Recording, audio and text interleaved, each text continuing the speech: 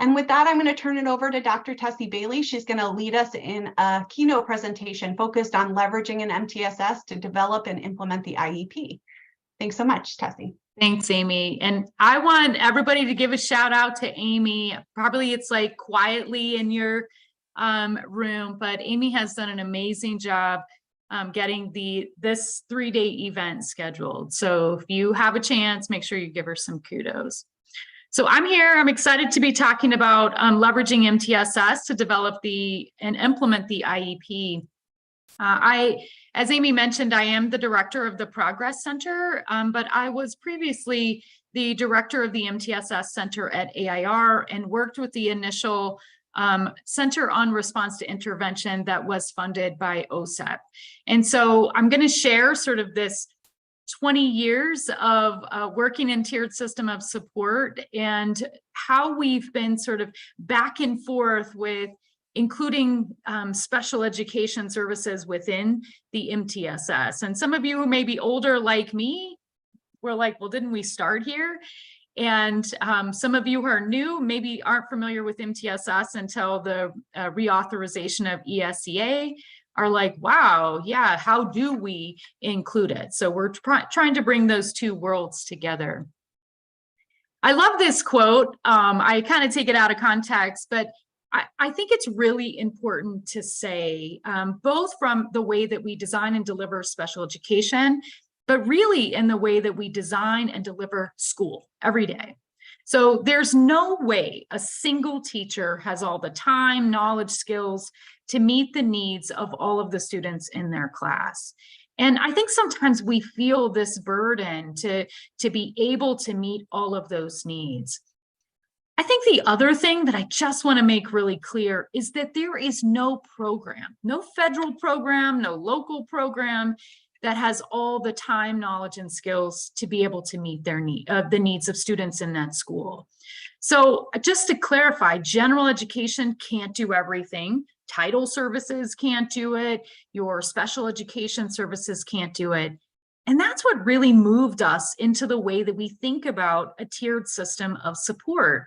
It's that we're leveraging all of these great federal and state and local resources to meet the needs of all of the students within our class. Now, something that's probably not surprising to you is that students with students are general education students first, right? No matter what, that's how our per pupil spending is set up. It's how all our services are set up. It's that all students gain access and benefit. But about 60% of students are only about 68% of students are receiving about 80% of their time or education within the general curriculum. We do know that overall 95% of students with disabilities spend some portion within the general education curriculum. But if you think about the purpose of the IEP, it's to ensure that students can access and benefit from school, from the general curriculum that's being provided to all students, so that they have the same opportunities for post-school outcomes, the same opportunities for employment and attending college. So as we move through this session, I want you to remember that all students are general education students. There are some students who need special education, that's your related services, your supplementary aids and services, to be able to fully access and benefit from that school experience or that general curriculum. Now, on the flip side, let's talk about MTSS. And I will say that the MTSS language didn't even really surface till about 2011. And it wasn't until the reauthorization of the Every Student or the ESEA as the Every Student Succeeds Act that we started to think about MTSS much more globally. I mean, it's been around for some time, but right now it's sort of taken its like boom, and we're moving into this. It's the norm that we see across all states and across all schools. Within the act itself, you will see that it was identified as a way to improve outcomes for students with disabilities as well as English language learners. So there was this direct connection with the assumption that if we implemented a tiered system of support in our schools, students with disabilities would be able to benefit like all of the other students within that school. The other thing within a tiered system of support that the ESSA sort of highlighted was our use of evidence-based interventions. And a fun fact, if you look at the original reauthorization of IDEA in 2004, there's this front part, the preamble where they respond to questions. This terminology of evidence-based came up, and they said, well, that's really a term of art, because at the time we were looking at research-based interventions or scientifically based research interventions. So we've evolved in our thinking, and I think that's what's so exciting around the world of education, is we're learning from the things that didn't work, and now we're understanding that if we want to create a tiered system in which all students can benefit, we need to increase our evidence base, right, beyond just what a randomized control trial can do. And in fact, those of you who were in my session yesterday read that when we look at the statement of aids and services, we're looking at those that are based on peer-reviewed research. Now, I want to just clear the air a little bit. So there's some common misconceptions. They probably will come up in the chat box a little bit as well. But we often hear, or early on, we used to hear that the primary purpose of MTSS was to identify students who needed to be in special education or any sort of special service. And in reality, while RTI within MTSS, this validated approach of determining students' response based on data can support your child find activities, the primary purpose now is really to maximize student achievement and support students' social, emotional, and behavioral needs. It's much bigger, right? We took something that was very narrow and assumed that school was functioning really well, and we were adding on the tier 2, tier 3 for a full system. Now we've started to think about the full system as a whole. Something else we often hear, and maybe in your own state you're hearing this as well, is that special education is tier 3, or there's another tier that's for kids with disabilities. And as early as the 1990s, we started to look at this, tiers of support with increasingly intense academic and behavioral supports for students. Now, special education, as you probably know, is not a tier, as we just saw that students with disabilities participate in all levels of the system. And each kid has unique needs, where some kids might need really ongoing intensive supports that look like what you would provide in tier 3, but there might also be some students who just need small group instruction that looks a little bit more like tier 2. And if we have a really well-designed tiered system of support, students with disabilities can receive those services in the most appropriate, not necessarily place, but in the most appropriate level of support. Something else we also hear, and this actually came up in some guidance from 2011, was this worry about kids who had IEPs participating in our tier 2 interventions. Now, the things that we think about with the delivery of MTSS is we're looking at standardized interventions. Well, and if the kid benefited from that, then they don't need special education. Kids have disabilities, and those disabilities have different needs. If I look at what are the elements of the specially designed instruction that this student needs to access and benefit from the curriculum, then I, as a school, can figure out how best to implement that, right? So some kids may benefit from the use of standardized intervention programs, but it's not likely to be the full IEP program that we're providing to the student. The other thing is this idea that tier 3 intensive intervention is the same as specially designed instruction. And I just want to say it's a sort of. There was a recent webinar by the National Center on Intensive Intervention, and we might be able to put the link in the chat box for you.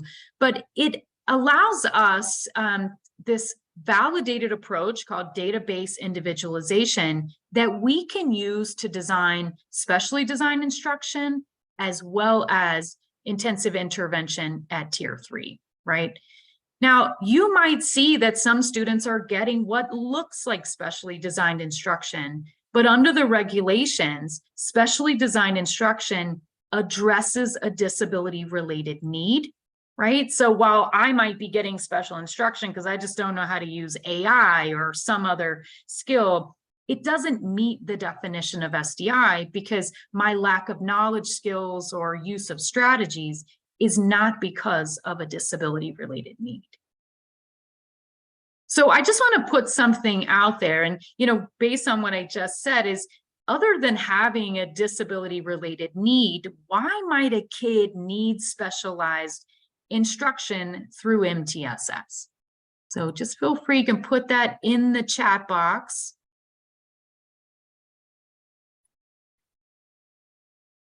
I think about my youngest kid who received specialized instruction in how to swim. He's just really skinny and he would sink all the time, right? It's not because of a disability, he's just designed a little bit differently. Yeah, so English language learner, COVID, they missed a lot of school. They came in as a homeschool student, poor attendance, cultural challenges, absences, right? So there's a lot of reasons kids might need specialized instruction. And what we're looking at with the use of MTSS is to rule out things within the regulation, which are COVID, poor attendance, second language learner, poor instruction. But the platform itself allows us to meet the needs of every kid in our school while simultaneously being able to address the specialized needs. Yeah, and if you look in the chat box, you will see that there's so many reasons that we need school-wide MTSS, and that disability is just one of those factors, right? So it's not an all or nothing. And that's because a tiered system of support provides this continuum of supports, even for students with disabilities.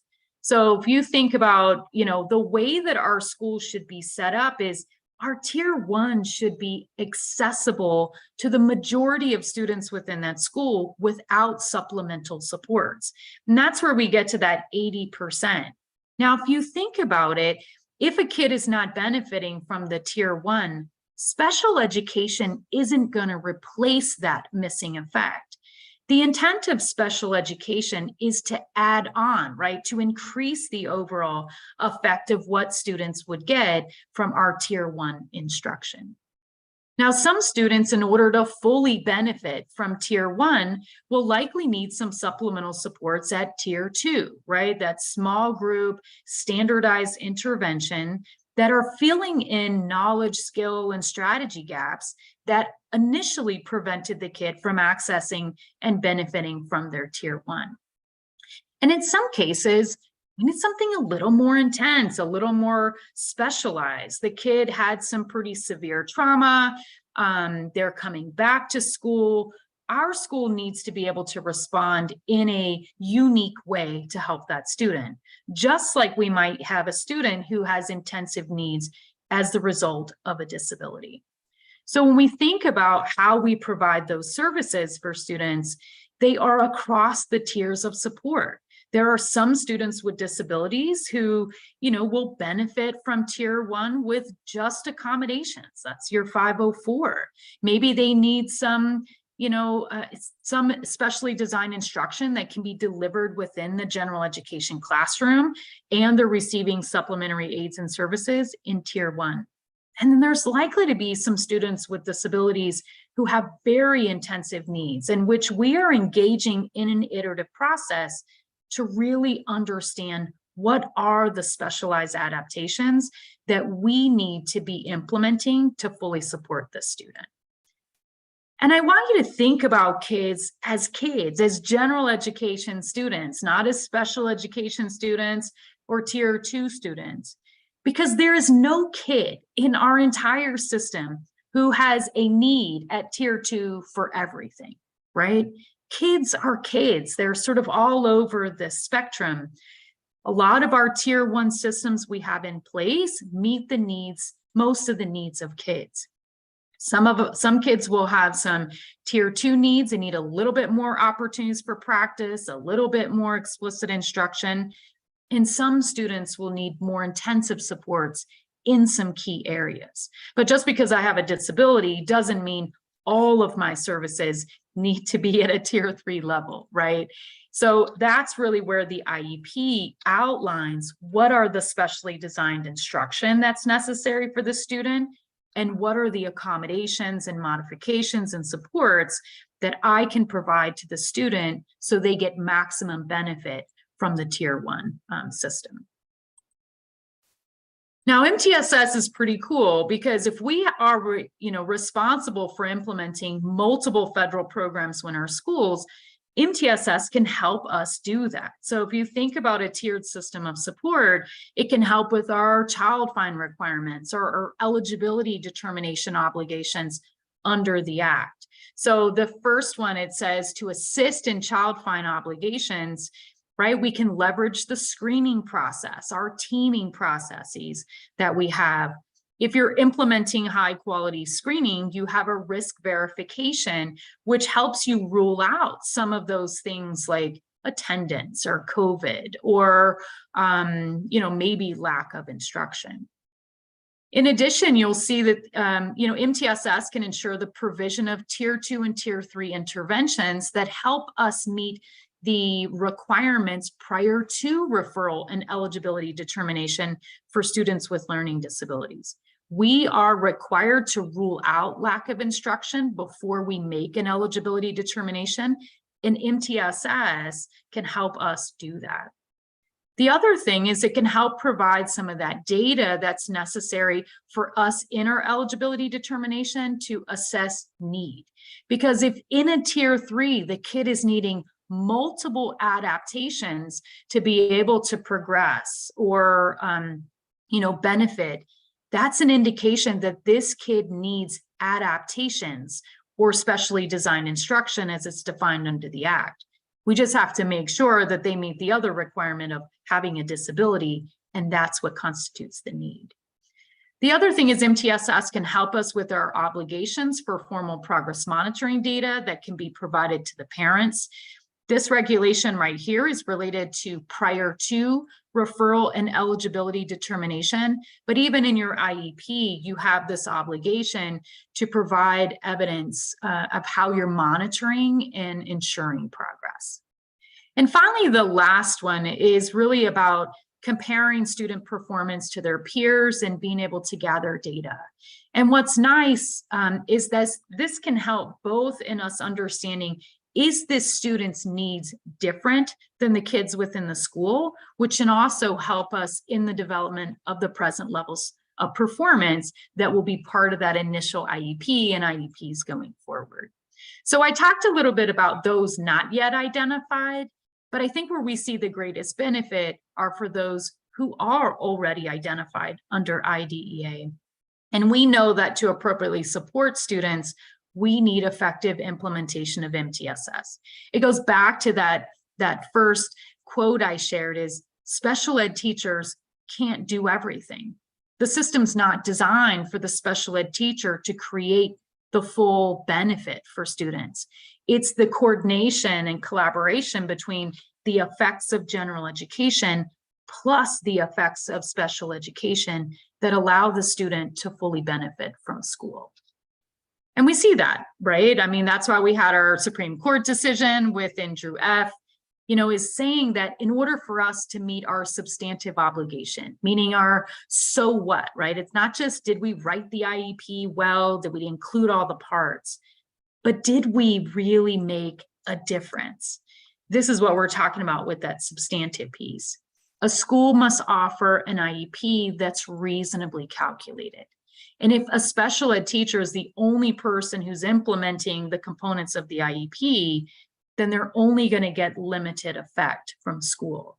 But if we're doing that in collaboration with our related service providers, our general ed teachers, or special ed teachers, we're going to be offering a program that's of high quality. And that will allow students to make appropriate progress in light of their circumstances, right? Whether they have severe cognitive disabilities or, executive functioning needs or behavioral needs. So I want to share some strategies for leveraging MTSS for the IEP development, and then I'll talk about how to do it for implementation. So, and these are based on, I've been in the MTSS world or RTI world for about 23 years now. And I will say it's evolved over time. I started as a special education teacher in a tiered system of support, and then, had to really understand where do the roles fit within the system. So for the development of the IEP, the first strategy would be to leverage that MTSS data for your present level statement, right? I mean, part of putting the IEP, drafts together and constructing what's happening, it's a lot. And if teachers are spending their time on the procedural paperwork requirements, then they're not providing instruction, which provides the effect. So if we look at more streamlined ways in which we can leverage the tiered system of support data, it's going to allow us to have a better picture of, for one, how does the disability impact the student in the general education? And what is the level of progress that's needed for this student to really receive full benefit? That then can help us design our programming in a way that's more likely to be reasonably calculated. The other thing is about if we're using a tiered system of support, it can really provide the infrastructure for developing validated goal setting. Now, not every student is going to utilize the MTSS data for goal setting, but it does provide many students a realistic baseline or a good baseline for where they are.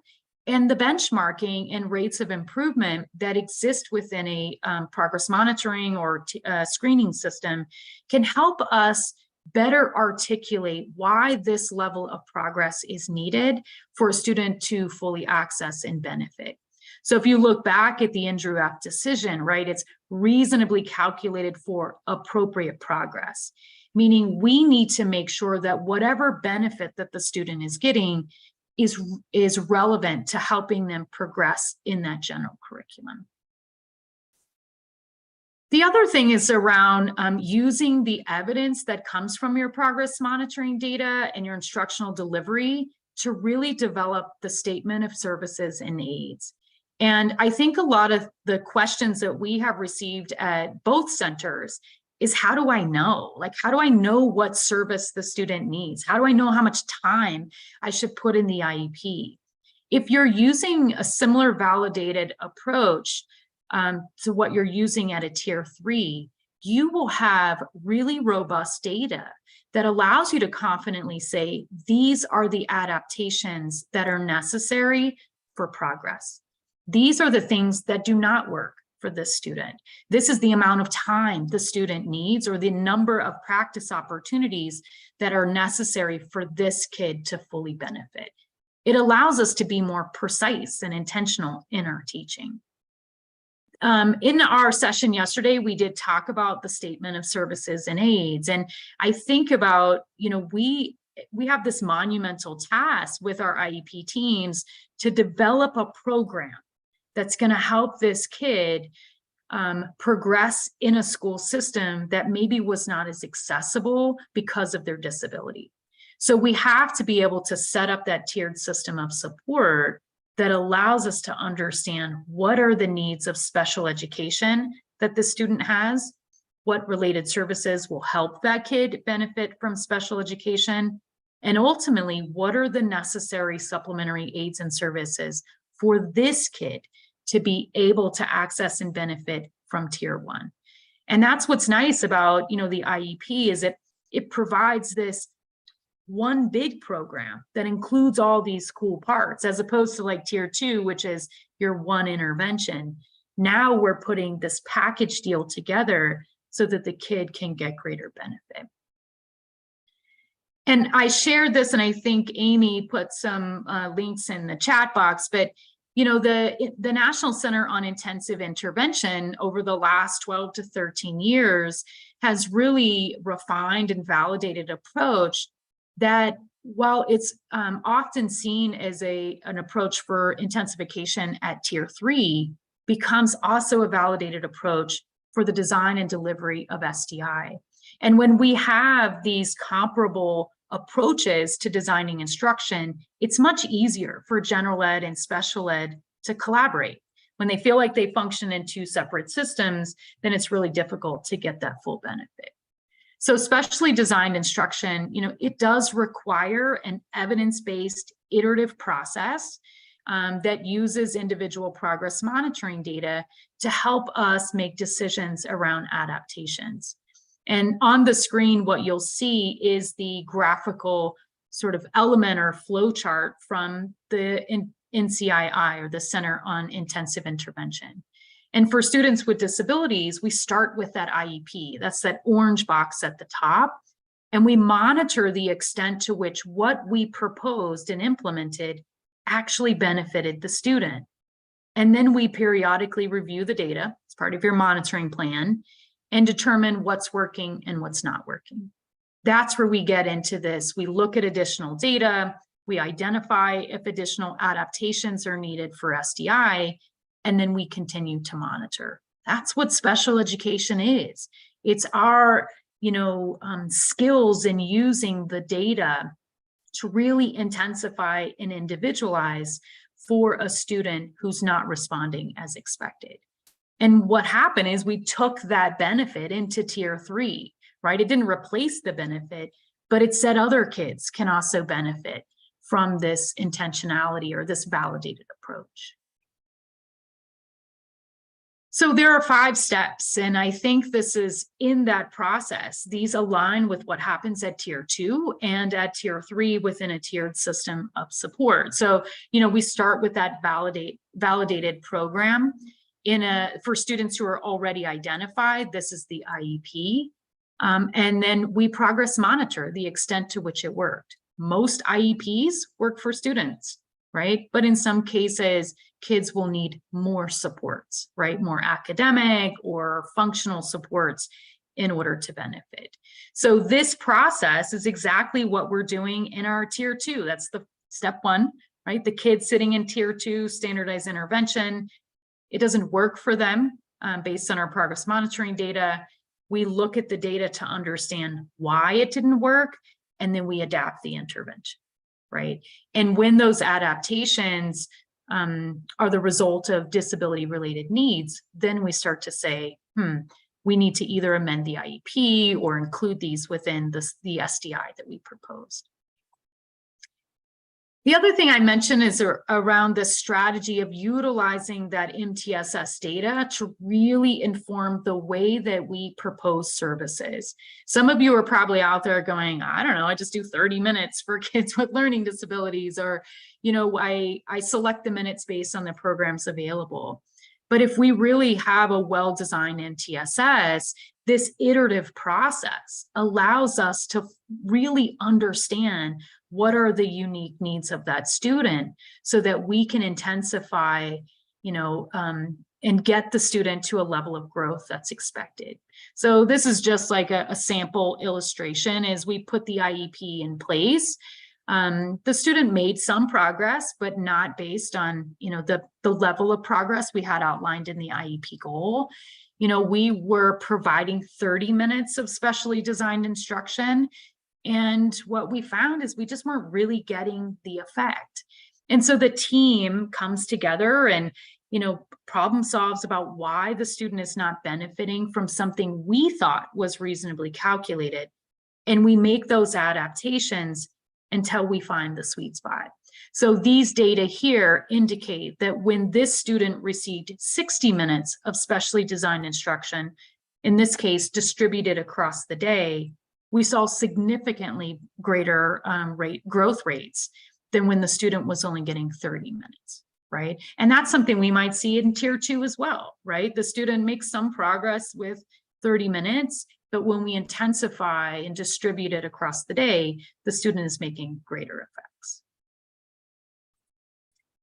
So the design piece, I think, makes a lot of sense. And we often don't have access to that data, or maybe our IEPs don't run with the benchmarking periods or whatever it might be, but these are things we control. We can sort of leverage the system in a way that helps create greater efficiency and effectiveness in the design of the IEP. So how can MTSS then support the implementation of the IEP? When we looked at some of the comments, this seems to make a lot more sense, right? The screening and progress monitoring data can help us monitor the extent to which the student is benefiting from the general curriculum as a result of the IEP. And I often try to remind folks that, special education it's not the sole purpose to make sure the kid progresses on the IEP goals. That's just one part. But the other thing is to make sure they're progressing in the general curriculum. The other nice thing about MTSS is that the teaming infrastructure allows for greater collaboration with our general education and special education and related services partners. That infrastructure is so critical to the success of students because otherwise we're functioning in silos and hoping it works. The other thing is that, the purpose of the IEP is to ensure kids can access and benefit from the general curriculum that's provided at Tier 1. And so when we think about, that as being the sole purpose, we can test the extent to which the IEP we developed is reasonably calculated to help the student progress greater in the Tier 1, also to make progress on their IEP goals. And the other thing that, in the late 90s, when we started to think about this development of a school schedule that included Tier 2 and Tier 3, it offered these more logical times in which we could, in some cases, pull out instruction. Some kids are going to need some of that smaller, isolated SDI, but that school schedule allows the student to get their needs met without being pulled from some of the general curriculum, or in some cases, the specials, the fun part of the school day. So that last part is leveraging that system, that tiered system of support can really allow us to collectively meet the needs of students within our school. We're not just creating a system for students with disabilities or students, who are struggling and not yet identified, but instead we're saying any kid within the system who needs, what looks like a supplemental level of support at Tier 2 can get that. Just like a student who needs much more intensive support, our school has the infrastructure. And it's not leaving the special education teacher to do this work in isolation, but to leverage the sort of collective efficacy with the school itself. So I think, just in summary, is that MTSS provides that infrastructure for us to deliver the full statement of aids and services, right? The supplementary aids and services are those that are delivered within the general curriculum. The special education can be delivered at what looks like a Tier 2 versus a Tier 3, but that infrastructure is there, and the same for related services. But what we're finding is that schools that are using UDL, high levels of differentiation, and high leverage practices, which I'll talk about here, are allowing students to get those services within the general education curriculum or within the general education classroom, and we're seeing greater success for those students. So, and I just want to share, the MTSS we've as a field have identified the high leverage practices as a way for us to implement high quality Tier 1, Tier 2, and Tier 3 instruction, right? They're not in and of themselves SDI, but teachers who are using those practices, general ed teachers at the Tier 1 level, that are then being used by special education teachers in an intensified way, are getting the greatest benefit, right? Because we have an aligned system in which kids can get some benefit from the general curriculum and get increased benefit from the delivery of specially designed instruction and related services. And on the Progress Center, we have been doing a lot of work in this area in collaboration with CEC, with the Cedar Center, In taking those practices that have been identified for special education teachers and understanding, if I have to start somewhere, what are those practices that have the greatest effects? And these are the ones that we want to institutionalize within our tiered systems of support. The first one probably is not surprising, is intentional planning, explicit instruction, the delivery of explicit instruction, and the intensification, which I just shared. That's really where we see the greatest effects in terms of evidence-based interventions or programs that are being delivered. On the right-hand side are 3 areas in which we see large effects across disability categories, across grade spans. That if we are embedding within our tiered system of support the explicit instruction and opportunities to practice cognitive and metacognitive skills, kids with and without disabilities gain the necessary skills to be a learner and benefit from school. This can then be intensified through your IEP, but all kids need this. The same thing with teaching social behaviors, that we're explicitly teaching students the behaviors that they need to function within school. And then finally, the use of instructional technology, not to replace teachers, but to improve or increase the number of opportunities for practice so that kids who are struggling can get what they need while simultaneously allowing teachers to meet the diverse needs within their classroom. So I just want to close up, and I know there's some questions in the chat and Amy's going to facilitate those, is, you know, this is just the MTSS and the IEP.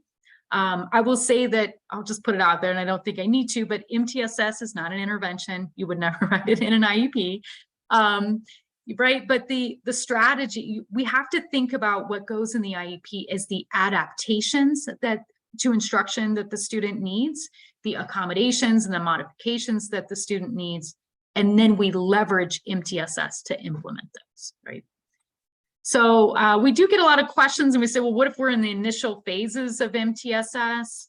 You know, regardless of your MTSS implementation, you are still obligated to provide FAPE to students. We just know that when we're implementing MTSS, we are more efficient and effective in meeting students, meeting our obligations for FAPE. So it's not well, let's wait to get MTSS in place and then we can focus on how we include students. You know, what interventions can we use for for the SDI for students? We get this question all the time. There is no program that's SDI, right? You can't buy SDI. SDI is specially designed for the individual student.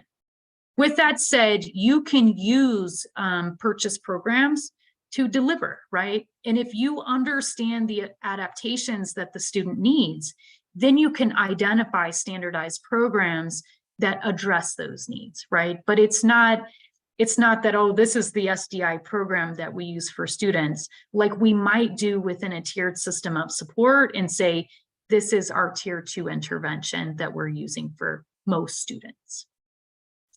What supports are available to assist special ed teachers in their role for MTSS? My recommendation is to really become familiar with the resources on the National Center on Intensive Intervention. There are, and you can see, you know, just here in the center, there are literacy resources for designing and implementing specially designed instruction in reading, in math, in behavior, that fit within the tiered structure of a school system, right? We talk about from the Progress Center, SDI this is what you have to do regardless of your implementing MTSS. This center can help you really make those strategic connections of how do we leverage the resources to really be able to integrate or create a single robust system called MTSS. Some of those resources I'll just pull out that are on the center is there are professional learning resources, there are lesson plans that allow us to do some of the intensification that you might see both in tier 3 for kids not yet identified, as well as those who are already identified. So you can see there's literacy resources and behavior. And then I shared a little bit about the HLPs that, you know, we have identified as giving you the biggest bang for your buck, both in the design and delivery of specially designed instruction. Those are also relevant to the implementation of instruction within tiers 1, 2, and 3. So we have a series of tip sheets that are available, but we also have some self-paced learning modules that supplement the HLP work that you would see released by the Cedar Center and CEC. And so, you know, I get this too, is like, wait, remind me again, you know, how does MTSS really benefit special education implementation? To be honest, it's really around leveraging, and David mentioned this, our collective capacity and our collective efficacy. No individual in that school can do everything. And so when we have a tiered system of support that supports educators in their ability to design and deliver instruction, special education is going to benefit from that. They're going to benefit from the data that is inherent in the system. They're going to benefit from the core programming and the supplemental supports and intensive supports at tier 2 and tier 3. The infrastructure, right, is the teaming piece, the schedule, that can really help with the sort of thinking about how we meet the needs of a large caseload collectively, right? It's not just me meeting the needs of my 45 students, but the school is meeting the needs and I'm part of that process. So I'm going to stop right there. I'm going to leave this up on the screen, and I turned off my chat box because I couldn't see, but I think there might be some questions, so I'll pass it to Amy. Yeah, and please, if you have a question for Tessie, we do have a couple minutes, so please keep them coming as they go through.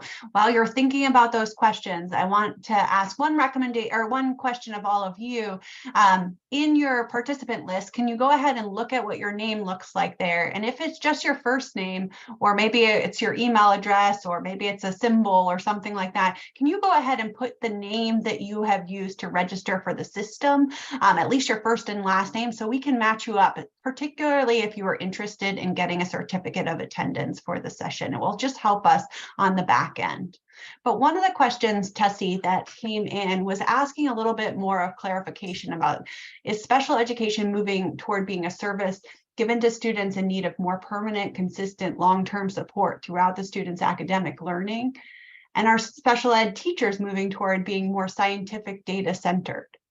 So well, I'm going to just answer the second one first. I would hope so. And I will say, in the early work of special education, some of you, maybe are older like me too, we talked a lot about precision teaching. That's what allowed us to provide specialized instruction, is we used data, our knowledge of the student and the context, to really make decisions. In terms of the first one, I don't know that special education is dramatically changing. I think the way that we think about its implementation is evolving. We have, if you look back over the 45 years, have often perceived them as, sort of these siloed systems, and kids with disabilities would go over to special ed and then would go over to general ed. And I think what we're trying to do is to be more strategic in knowing that if we're going to support students with disabilities, we can't have these two systems where they go to the special ed teacher, get their stuff, and we hope it helps them. We now need to be more intentional in that integration of the transfer of that knowledge. I think where we're moving towards, and I think we've been moving there for a long time, is this greater collaboration as a school system to support kids with disabilities. That it doesn't fall just on the shoulders of an individual or an individual program. Great. Yeah, and so can I just, I'm going to read, so it seems in turn narrow, student focused, and why data, if included in the general education classroom. And I think that, you know, special ed programs focuses on the really narrow specific needs, but the MTSS has to focus on all of the needs, right? I mean, that it's not just the kid is a kid. Special ed's going to address some of those disability related needs. MTSS will be much bigger. Great, thanks. I just want to send a quick clarification about the certificates to everyone. You will get a certificate of attendance for all of the sessions that you attend. So we will couple all of that information together. So it's not after each individual session. It will be one certificate for all of the sessions you attend, and we'll get that out to you hopefully within a week or two after the event. So when you registered, you probably identified that you want a certificate. If you're not sure, go ahead and send us an email at the Progress Center and just confirm that you want a certificate. And I know that a lot of you are having trouble finding a place to put or change your name. So what people are doing is great, just putting your name here in the list, just so that we have that confirmation. It just helps us on the back end. So no problems there. There are two questions in the Q&A, Amy. Yep, that's what I was going to ask you next. Yeah.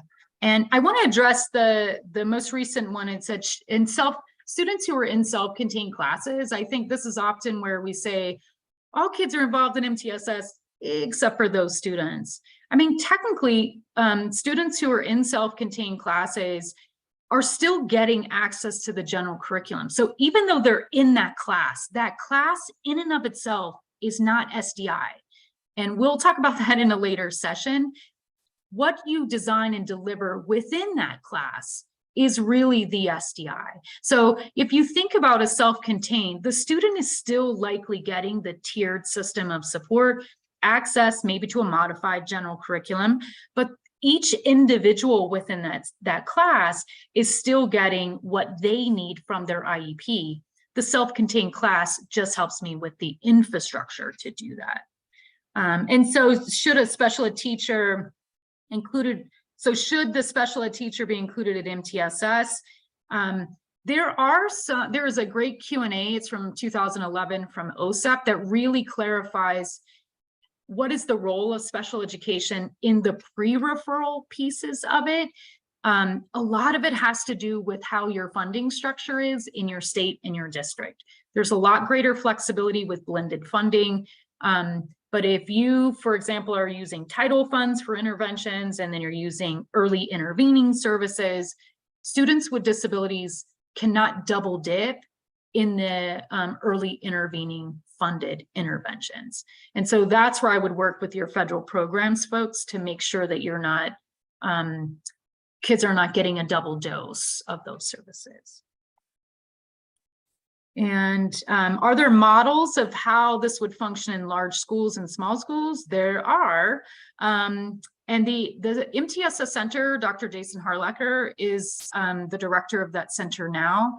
And we have schools that we've been working with over the last 5 years to help sort of set up these infrastructure. I think, yeah, and the question about the big picture in schools where the roles are defined. I think the challenge that we often have in big schools is the bureaucracy, is like who's responsible, how does the information get down? But with that said, we've been working with some very large schools who have been inclusive of the different roles within the system in the development and design of the guidance around what it looks like, right? And I think it's going to look a little bit different in each school, but there needs to be some clearly defined roles and routines if you're going to make this work.